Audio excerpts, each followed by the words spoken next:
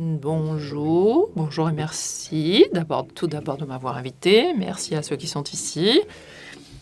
C'est un grand plaisir pour moi de prendre la parole juste après Tristan, après sa présentation extraordinaire de l'histoire de la science-fiction et son analyse jusqu'à ce jour. Et d'une certaine manière, je vais continuer dans cette voie. À l'origine, je devais parler d'autre chose, de métaphysique et de la fin des mondes, de l'apocalypse, etc., ou des apocalypses.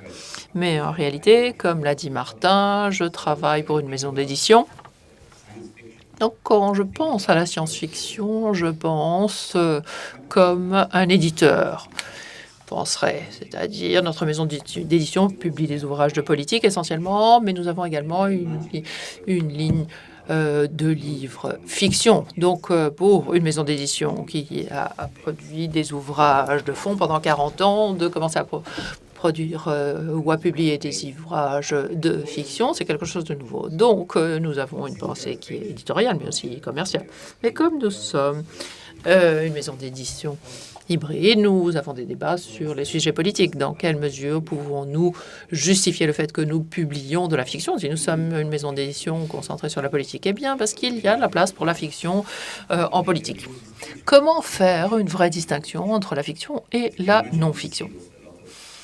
Nous voyons beaucoup de science-fiction, évidemment, dans notre maison d'édition. Donc maintenant, je vais voir comment nous pouvons réfléchir à quelle est la différence entre l'une et l'autre, la fiction et la non-fiction, et ensuite nous passerons à la discussion sur la science-fiction. La distinction entre fiction et non-fiction est relativement simple.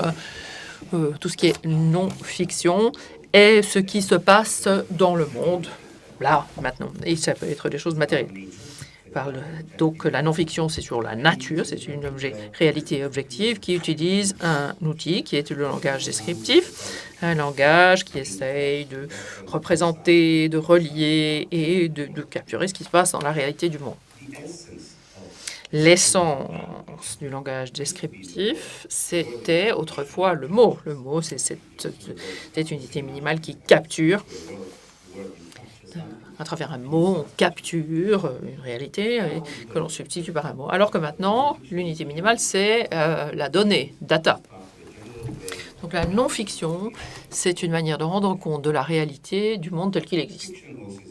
La fiction, c'est aussi facile à définir. C'est sur ce qui n'existe pas, ce qui n'est pas là. Alors, peut-être que ce qui n'est pas là est ce qui se passe ici, dans notre cerveau. Donc, ça n'a pas trait à la nature, mais plutôt à l'artifice. Donc, c'est un acte, l'artifice, c'est un acte de créer une autre réalité. L'outil, en revanche, est le style. Ce n'est pas le mot. Le mot style vient de stylus, c'est-à-dire l'outil qu'utilisaient les Romains pour graver un stylet pour graver les choses dans la cime.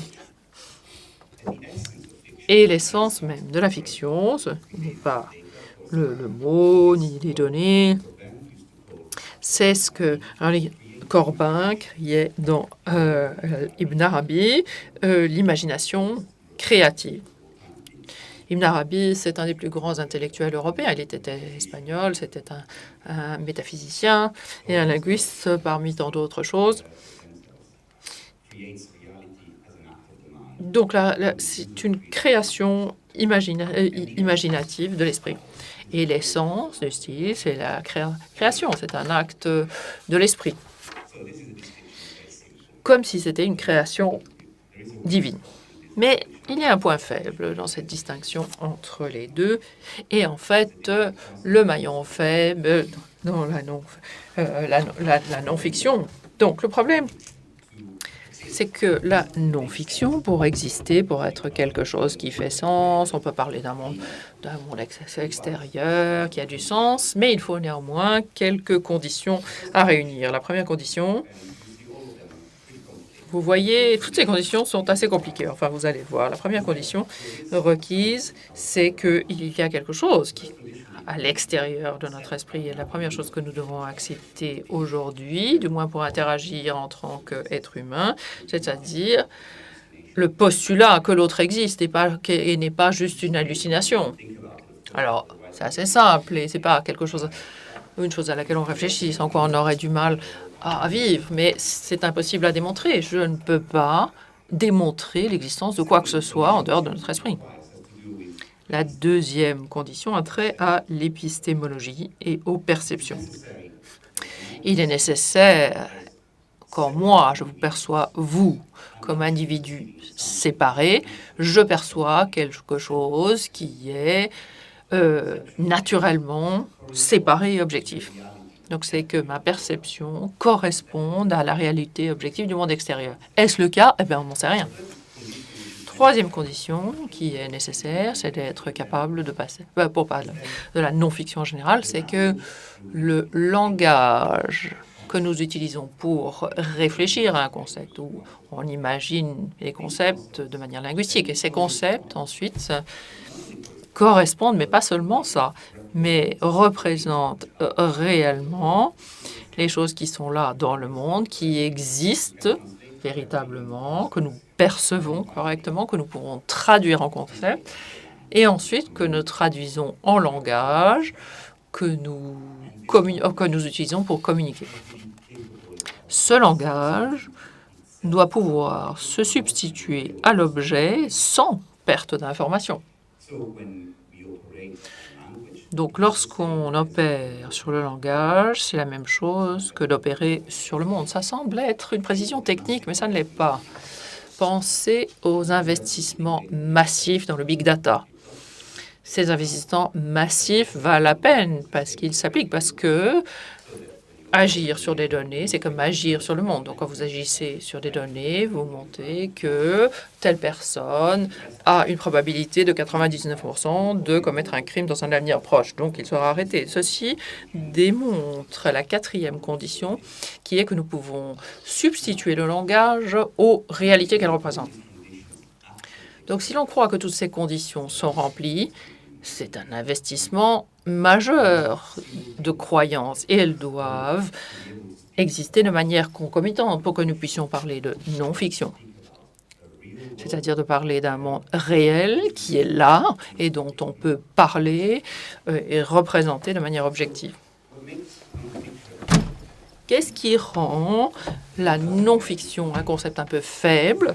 C'est que il requiert une idée métaphysique qui est assez improbable. Il est très improbable que l'intelligence spécifique, qui est l'intelligence humaine, et que les concepts spécifiques dont nous parlons et les opérateurs perceptifs dont nous disposons coïncident totalement avec la réalité telle qu'elle existe. Donc, qu'en savons-nous? Alors, si ce n'est pas le cas, je ne dis pas, ce n'est pas le cas, c'est une hypothèse, mais c'est simplement, c'est parier vraiment sur quelque chose qui pourrait exister, comme le monstre en spaghetti volant. Mais qu'en savons-nous? La seule chose dont nous savons, c'est que nous sommes conscients du fait que nous ne pensons pas que nous sommes conscients. La conscience, c'est ce que nous savons, c'est précisément notre existence. Notre existence est, et c'est ce dont nous avons conscience. C'est notre conscience même. Et ce n'est pas une solution comme celle de Descartes, c'est pas cogito ergo sum. Cogito, je crois, en fait, ce n'est pas une cause qui démontre officiellement que nous existons. La pensée est personnifiée, alors que la conscience est pré-personnifiée. Il y a une conscience avant nous. Et cette conscience est consciente de quelque chose. Ça peut être la conscience de moi-même ou de ma propre existence. Donc, cette conscience pré-personnelle est quelque chose qui est proche de ce dans l'hindouisme, on appelle Atman. C'est cette chose à l'intérieur de soi qui dit « moi » quand je suis moi. C'est ce qui pense à l'intérieur de moi, cette chose à l'intérieur de moi qui entend quand j'entends. Dans les Upanishads, c'est comment se les décrit. C'est la conscience. Donc nous sommes conscients de quelque chose, ça peut être une hallucination. Quoi qu'il en soit, nous sommes conscients de quelque chose. Et ce quelque chose nous vient comme une vague indivise de réalité qui nous envahit. Maintenant, ceci m'investit en même temps, tout comme une vague complète. Et c'est sur cela que j'opère des divisions, que je sépare les distances, que je sépare les objets, que je sépare les moments dans le temps et que je crée un ordre à partir de cette avalanche d'informations. C'est-à-dire, je crée mon cosmos, c'est-à-dire l'ordre, et qui est très beau. Donc nous savons que nous avons une conscience qui est investie par une vague perceptive, que nous l'ordonnons de différents ordres, c'est la cosmogénie, et nous savons que différentes personnes créent un ordre différent du monde, à tel point que différentes sociétés ont créé des mondes très différents. Imaginez l'Europe médiévale, si nous étions ici au XIIe siècle en Europe, ce n'est pas que l'on verrait un autre paysage, mais on vivrait de manière physiquement extrêmement différente, dans un monde physiquement différent, où il y a un Dieu, des âmes, et la personne avec laquelle vous parlez, et vous-même faites parler d'un plan divin. C'est pas juste une opinion, c'est la manière dont on ordonne la réalité. Donc toutes ces différentes manières de concevoir le monde sont toutes possibles et sont toutes arbitraires parce qu'elles ne sont posées sur rien avant, rien de précédent. Donc si nous décrivons notre façonnement de la réalité, alors le monde dans lequel nous vivons est le produit de notre artifice. Et puisque c'est le produit de notre artifice, de notre activité de fabrication du monde, à ce moment-là, ce monde à partir duquel on veut écrire de la non-fiction est lui-même une fiction, enfin d'une certaine mesure, jusqu'à un certain point. Je regarde ma montre pour ne pas dépasser le temps imparti et je poursuis. Donc le problème ici, c'est que le concept de non-fiction est un concept qui est assez faible. Et donc, pourquoi est-ce que nous le maintenons? Alors pourquoi est-ce qu'on doit le maintenir? Parce qu'avec des idées, d'une certaine manière, on doit garder des idées de non-fiction, comme le fait qu'il y a un monde qui est là, qui existe, dont on peut parler, qu'il y a quelque chose qui est assez proche de la vérité ou de la nature, il y a des faits, il y a une histoire. Toutes ces idées de non-fiction, nous devons les garder. Pourquoi? Pas parce qu'elles sont vraies, mais parce que pragmatiquement, nous en avons besoin. Nous avons besoin de ces éléments de manière pragmatique parce qu'ils offrent quelque chose, c'est parce que c'est la seule chose que nous savons qui existe, c'est notre conscience. C'est-à-dire notre idée qu'il y a un monde là, nous donne une conscience d'un panorama qui fait sens et dans lequel nous pouvons naviguer. Si nous renoncions à la non-fiction, on serait dépourvu d'un monde. Alors, bon, ça c'est possible, mais c'est le travail des mystiques. En tout cas, c'est trop difficile pour moi. Donc la non-fiction est très importante et le monde de non-fiction, c'est quelque chose que nous devons maintenir. Mais au cours des décennies récentes, nous avons vu que le monde de non-fiction qui est le nôtre traverse des problèmes difficiles. Nous sommes confrontés à une crise environnementale, un écocide, on parle de l'horloge qui tourne, mais aussi nous sommes confrontés à une prolifération sans précédent d'armes nucléaires, et c'est souvent discuté comme une urgence dans un monde qui change, des massacres quotidiens de migrants, une pauvreté croissante et bien d'autres problèmes. Donc nous avons tous ces problèmes qui ne sont pas des fictions, mais nous ne pouvons pas y répondre. Nous semblons incapables de trouver une solution à ces problèmes, ou même de les approcher, sans parler de les résoudre. Alors que se passe-t-il? C'est que ce monde de non-fiction est en train d'essayer de trouver des solutions dans le monde de la fiction, par exemple. Alors, on se tourne vers la science-fiction pour trouver des solutions. Alors, qu'est-ce qui se passe? Le retour, c'est que la fiction répond à cette demande de solution et répond en devenant compatible, c'est-à-dire en devenant spéculative. Le monde de la fiction essaye d'offrir, de la science-fiction, la voie moyenne de la science-fiction, essaye de trouver des solutions à des problèmes. Donc, la dystopie, Squid Game, Black Mirror, les prédictions du futur, tout ça sont des récits qui essayent de devenir compatibles avec l'univers non fictionnel. Ce que nous avons aujourd'hui semble être une colonisation du monde de la fiction par le monde de la non-fiction, qui le soumet à ces problèmes. Même si nous avons beaucoup de science-fiction dans tous les domaines, du plus petit au plus grand, nous semblons incapables de résoudre ces problèmes.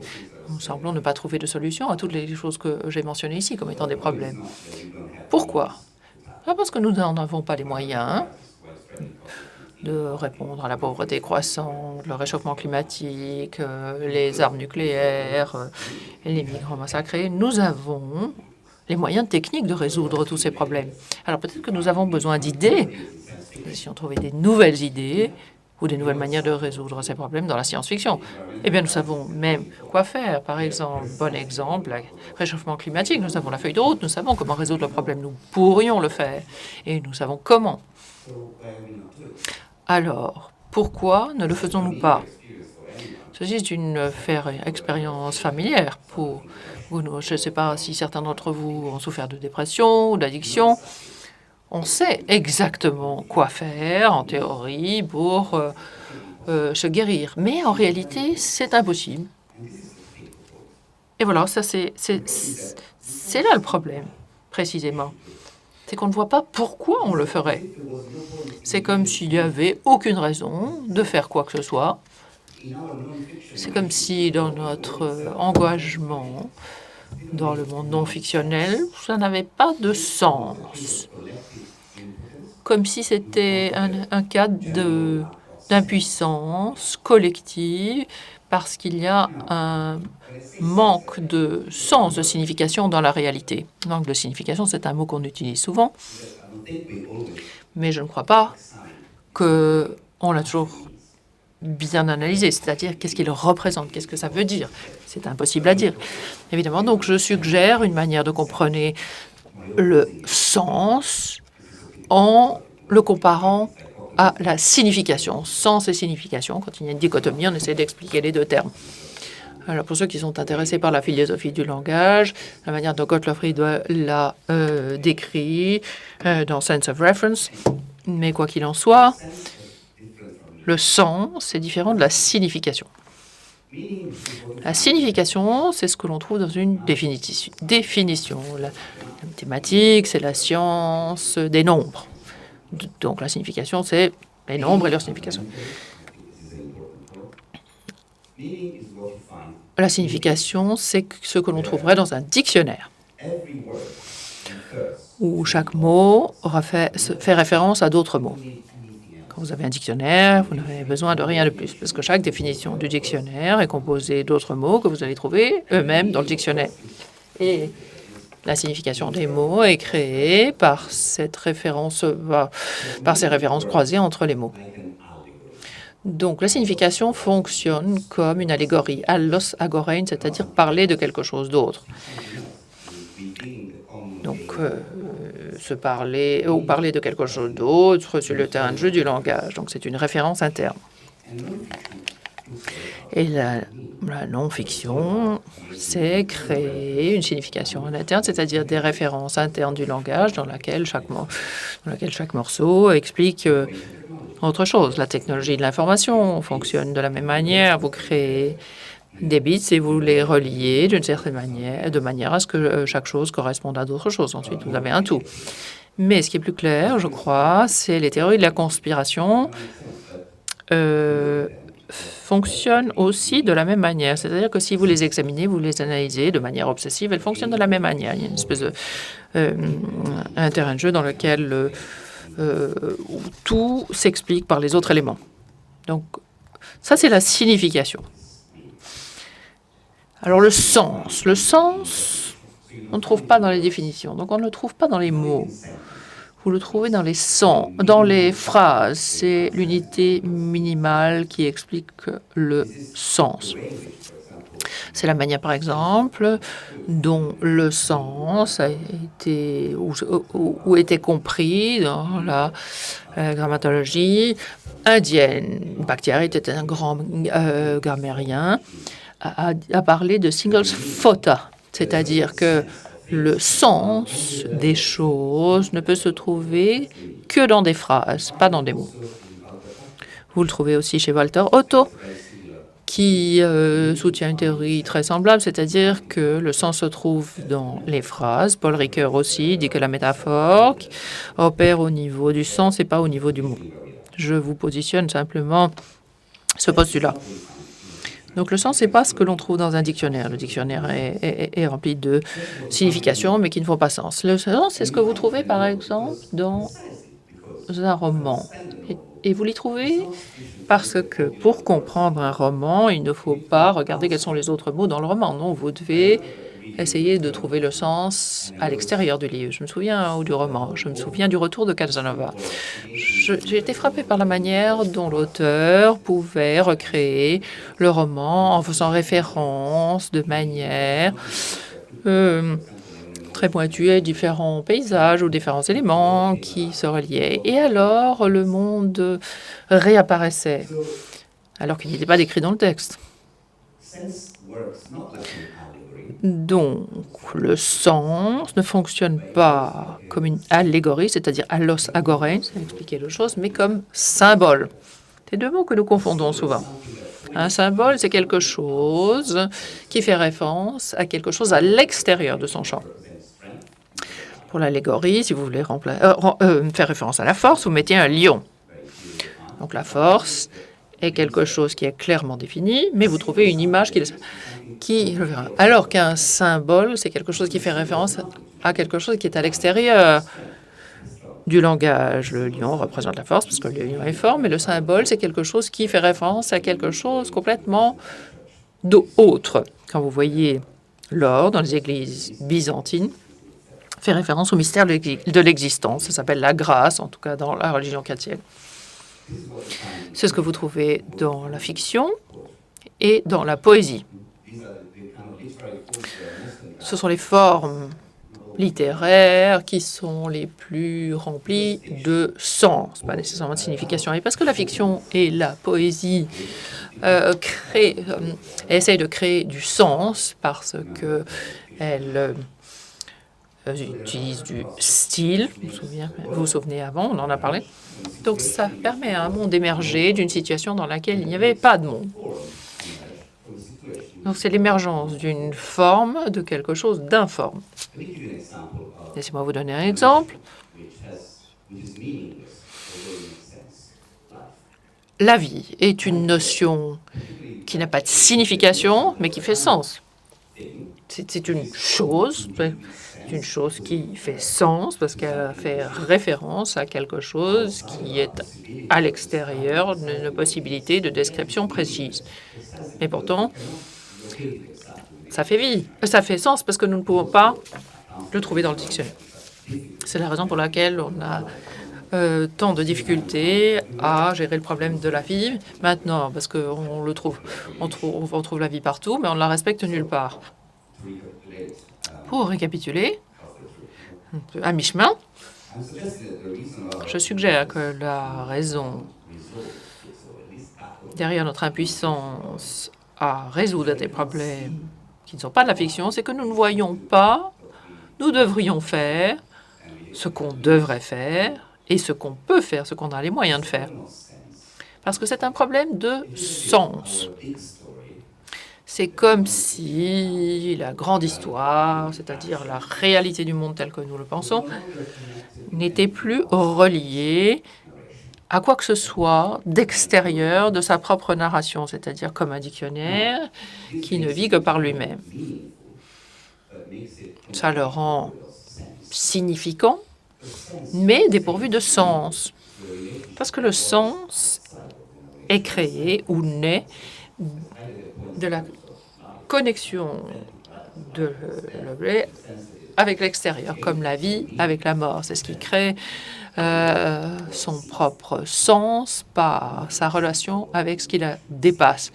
Mais il semblerait que rien ne dépasse le monde de la non-fiction aujourd'hui, puisque la non-fiction colonise même la fiction. Donc ce que nous avons, c'est un monde qui est non-fictionnel, qui est tellement fort qu'il est renfermé sur lui-même. et qui est un endroit où tout a une signification, mais rien ne fait sens, comme Joseph Brodsky, qui était dans la balade de Cape Cod, c'est que tout fonctionne, mais pas le genre humain.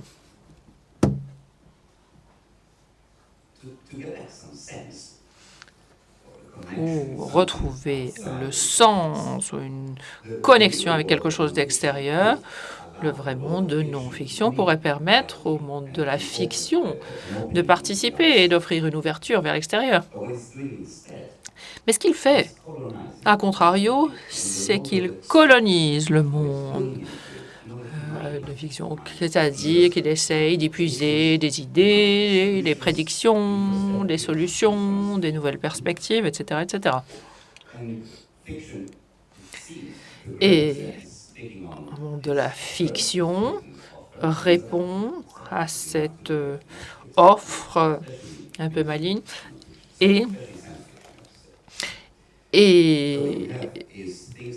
s'y intègre. Donc, vous avez des choses qui essayent de trouver des solutions dans le langage de la non-fiction ou d'offrir des petits trucs, c'est-à-dire Harry Potter ou l'annihilation, enfin des variations mineures sur le genre, comme si aucun autre monde n'était réellement possible. Mais il est possible de faire des variations sur notre monde non fictionnel. Donc, on pourrait imaginer un alien qui arrive, etc. Donc, des petites fictions. Au moment même où la fiction est mise sur un piédestal comme étant la source d'éventuelles solutions, en même temps, elle est complètement appauvrie. Et c'est la tendance typique de l'époque contemporaine. C'est ce qui s'est passé avec le travail et les loisirs. Au cours des dernières décennies, les loisirs ont été mis au travail, entre guillemets, au service du travail. C'est-à-dire, je me souviens de situations réelles à Londres où il y avait des parties, des rêves organisés à 5 heures du matin pour que les gens puissent arriver en bonne forme au travail. Donc, les loisirs sont instrumentalisés. Vous connaissez l'expression « work hard, play hard ». Donc, il s'agit d'un appauvrissement des loisirs et de l'amusement et une aggravation des cas ou une augmentation des cas de psychopathologie. Et il y a un désengagement total de l'idée du travail qui semble vraiment changer. Maintenant, il est vraiment complètement déconnecté de quoi que ce soit à l'extérieur de lui-même. Et il faut être soumis à un chantage des plus brutaux pour ramener les gens au travail. Des plus brutaux pour ramener les gens au travail. Ce que je suggère maintenant comme postulat, qu'il faut que la non-fiction ait une connexion avec quelque chose à l'extérieur d'elle-même. Et le monde de la fiction pourrait l'offrir, mais il se trouve qu'en ce moment, il semble colonisé par le monde de la non-fiction, est incapable d'offrir des réponses autres. Donc, où est-ce qu'on va chercher la solution en conclusion? Donc, pour arriver à la conclusion, je dirais que où peut-on trouver de la vraie fiction ou ailleurs, quelque chose qui est capable d'offrir une ouverture de notre monde et notre idée de la réalité vers quelque chose qui est complètement déconnecté, radicalement autre ou radicalement extérieur au monde non fictionnel, à ce que nous pensons être le monde réel, ce que nous imaginons être le monde réel, comme je le disais au départ. Donc quelque chose qui s'ouvre vers cette source ineffable et indescriptible qui est le fondement même du sens. Je suggère, évidemment de manière très concise, que nous cherchions dans 2 endroits. On n'a pas le temps de parler de ceci en profondeur, en détail, mais nous avons 2 endroits où on pourrait trouver quelque chose qui n'a pas grand-chose à voir avec la science-fiction, mais qui pourrait offrir ce que la science-fiction est censée nous offrir, mais est incapable de le faire. Et ces 2 endroits. Le premier endroit, c'est les textes et la pratique, et le deuxième, la politique. Le premier, comme l'a dit Tristan, les métaphysiciens de l'époque moderne, du début de l'époque moderne, c'est-à-dire se référer à l'Antiquité. Et je suggère que nous regardions du même œil, avec le même désir de trouver quelque chose, au texte mythologique au texte de la théologie mystique. Mais quelques caveats ici. On ne doit pas simplement les lire ou les examiner comme le ferait un anthropologue de l'époque victorienne en traversant un village. Non, ce n'est pas un regard qui catalogue les curiosités de l'Antiquité et des drôles de gens qui vivaient avant nous, non. On devrait les prendre très au sérieux. Et les prendre très au sérieux, ça veut dire que l'on doit interrompre notre incrédulité de la même manière dont nous faisons fi de notre incrédulité de la modernité occidentale et qui devient réelle parce que nous investissons dans l'interruption de notre mécréance. Donc, deuxième caveat, deuxième mise en garde, ça ne veut pas dire que nous nous moquons de cela, c'est-à-dire de créer des pseudo-mythologies sur les choses. Non, il n'y a pas d'urgence à ajouter quelque chose à ce qui a déjà été fait. Peut-être plus tard. Mais pour commencer, on devrait les étudier. Encore une fois, pas juste de manière académique, mais comme des disciples. Et c'est une compréhension directe, c'est-à-dire d'essayer de les utiliser comme des points de vue, des optiques.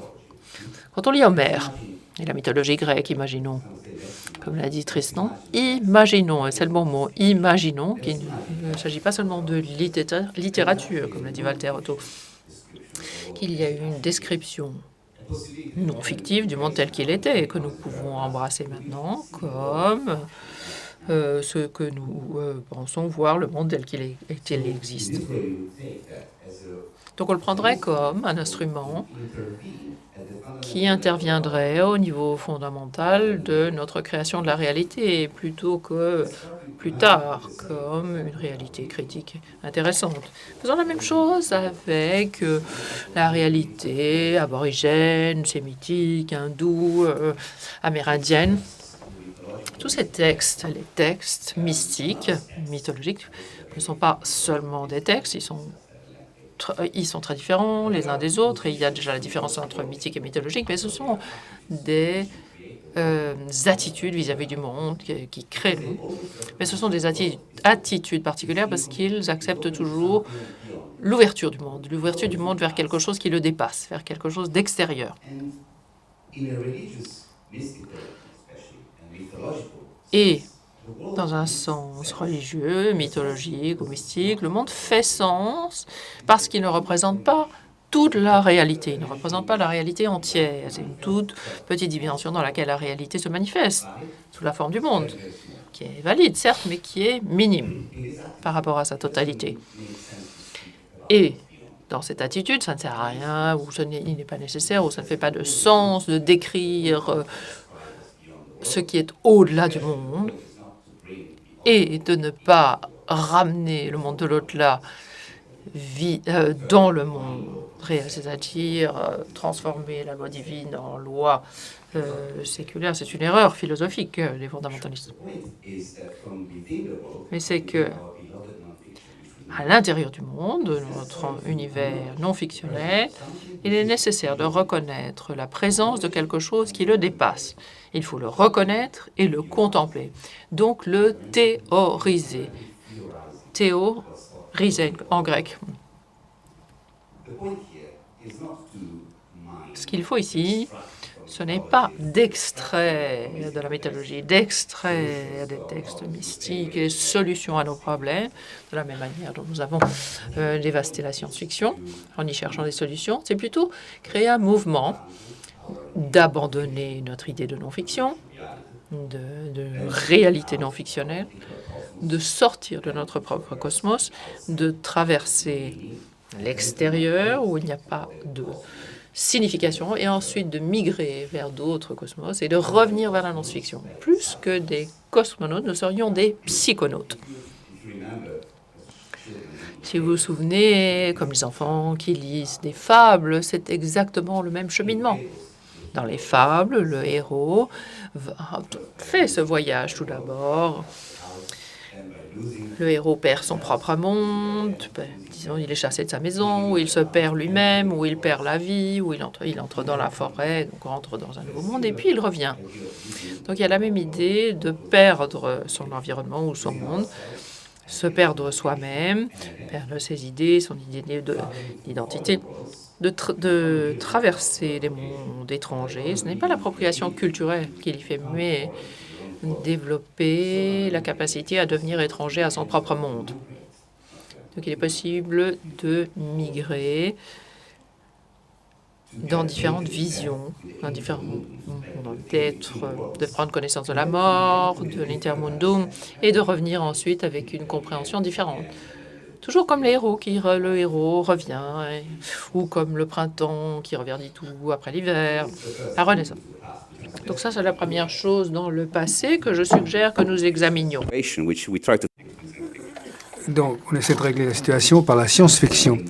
Le second point que je vous suggère n'est pas dans le passé, mais dans le présent. C'est pas le texte, mais avec le texte des politiques. Le monde non-fiction, dans le monde occidental, qui n'est pas uniquement l'Europe, on trouve l'Occident dans beaucoup d'autres endroits, entre le Bangladesh ou dans les districts commerciaux de Bangkok.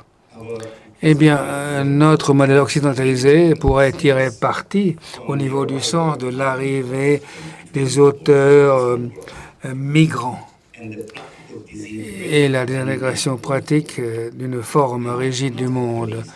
Non pas les gens qui sont policés, mais qui peuvent arriver sans problème des différents mondes qui arrivent dans notre propre monde, sans réglementer tout ça.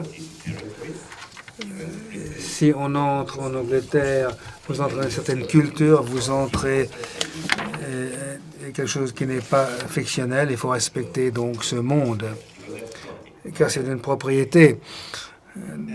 Et également, donc, il faut s'ouvrir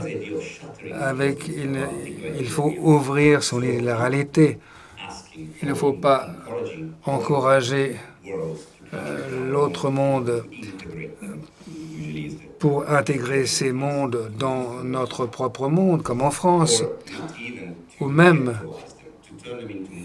en les transformant en des ghettos multiculturels comme au Royaume-Uni, mais de la façon ottomane, pour avoir une syncrétisation, pour les unir, pour produire différentes idées qui sont recombinées, et on ne sait pas ce qui, dirais-je, va s'approprier quoi.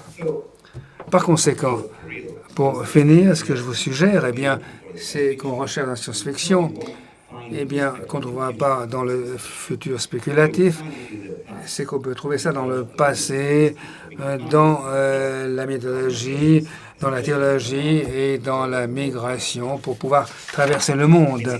Il est intéressant de parler de ceci aujourd'hui à Arles et sur les rives de la Méditerranée. Eh bien, je parle anglais car je vis en Angleterre, malheureusement, mais là, sur les rives de la Méditerranée, ceci est arrivé auparavant et beaucoup de fois d'ailleurs. Dans une situation de crise, eh bien, lorsque le monde semble imploser fondamentalement et que les défis ne sont pas réglables, la réponse, eh bien, par exemple, ici, donc, au niveau physique, au XIIe siècle, c'est de créer un nouveau monde. Ce qu'a fait la communauté juive lorsqu'elle a inventé la Kabbale, ici, avant et après, en Provence, pour résoudre, eh bien, donc, les difficultés de la vie ensemble en inventant une forme de poésie courtoise où l'amour à la divinité, les Français eh bien, ont appris des Arabes pour créer cette compréhension syncratique du monde. Et ceci est connecté à présent avec Ibn Hazm. C'est ce qu'on trouve ici, c'est en fait la manière méditerranéenne de répondre à des situations où le monde non fictionnel ne fait pas de sens. La fin de l'Empire romain, eh bien, tout était résolvable. Si on n'avait pas eu, en fait, eh bien, ceci, les choses auraient pu changer. Et la réponse est normalement de revoir le passé, surtout le passé, ce qu'on appelle la sagesse ancienne, inventée par des gens comme Pico del Miranda pour s'en servir pour désintégrer les frontières du monde et les réintégrer avec des éléments de partout. C'est ce qu'on a fait. Eh bien, c'est pas définissable. On trouve ça également avant dans l'hellénisme avec Alexandre le Grand, mais les grandes religions l'ont fait comme ça. Et donc, grâce à ceci, on a pu réussir eh bien, à fonder un nouveau sens et un nouveau monde. Et eh bien, pour le titre de la conférence, eh bien, ceci a été la réalité de leur fiction, qui est plus réelle qu'une non-fiction, et plus osée, dirais-je. Merci beaucoup de votre patience.